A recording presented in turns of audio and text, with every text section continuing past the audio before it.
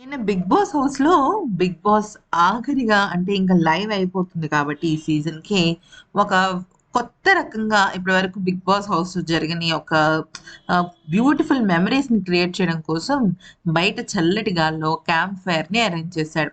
చక్కగా అక్కడ ఇసుకతో క్యాంప్ ఫైర్‌ని అరేంజ్ చేసి కుర్చీలు వేసి అక్కడ 5గురు ఫైనలిస్ట్‌లందరిని కూర్చోపెట్టి మీ దృష్టిలో బెస్ట్ మూమెంట్స్ అంటే మీ లైఫ్‌లో వర్స్ట్ మూమెంట్, బెస్ట్ మూమెంట్ ఏంటి అంటూ చెప్పడం జరిగింది. దాంతో నిఖిల్ తన ఇప్పటి వరకు ప్రపంచానికి తెలియని ఒక అద్భుతమైన తన వర్స్ట్ స్టోరీ చెప్పాడు. అయితే నిఖిల్ ఒక ఆర్కిటెక్ట్. అంటే మనం ఇప్పటి వరకు చాలా మందికి తెలియకపోవచ్చు. అసలు నిఖిల్ మనకి ఎప్పటి నుంచి తెలుసు 'గోరింటాకు' సీరియల్ దగ్గర నుంచి తెలుసు. 'స్టార్మాలో' ఆ సీరియల్‌లోనే కావ్య అలాగే నిఖిల్ ఇద్దరు కూడా లవ్‌లో కూడా పడతారు. అయితే ఆ సీరియల్‌కి ముందు అసలు నిఖిల్ ఏం చేసేవాడంటే రూ. 12,000కు ఒక ఆర్కిటెక్ట్‌గా పనిచేస్తుండేవాడట. అయితే ఆ సమయంలో కేవలం రూ. 12,000 తనకు జీతం వస్తూ ఉండేదట.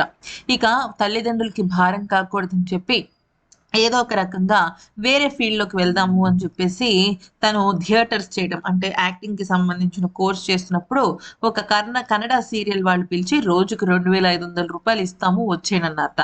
అయితే 30 రోజులంటే 30 రోజులు ఇంటూ 2,500 75,000 అబ్బా! ఇంతకన్నా మంచి తరుణం ఇంకోటి ఉండదు అని చెప్పేసి నిఖిల్ వెంటనే అక్కడికి వెళ్ళడం జరిగిందట. కానీ 10 రోజులు మాత్రమే నెలకి ఉండటం. ఆ తర్వాత 8 నెలల పాటు మాత్రమే ఆ సీరియల్ ఉండటం. దాంతో పూర్తిగా తను కష్టాలు అంటే ఒక పూట తిని, ఇంకొక పూట తినక చాలా ఇబ్బందులు పడి అసలు నేను ఎందుకు ఈ ఫీల్డ్‌కి వచ్చానని అనుకున్నాడట.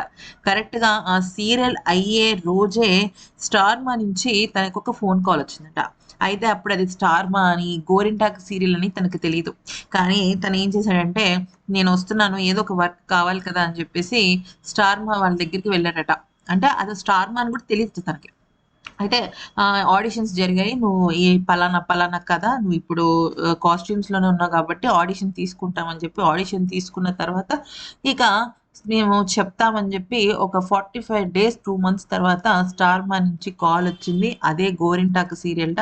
దానిలో సూపర్ రెమ్యూనరేషన్ ఇవ్వటము, తన లైఫ్ సెటిల్ అయిపోవడము, ఇంక తెలుగు ప్రపంచానికొచ్చిన తర్వాత నేను వెనక్కి తిరిగి చూడలేదని బ్యాక్ టు బ్యాక్ నాకు ప్రాజెక్ట్స్ వస్తూనే ఉన్నాయి అంటూ ఇక నిఖిల్ చాలా హ్యాపీ ఫీల్ అయ్యాడనమాట.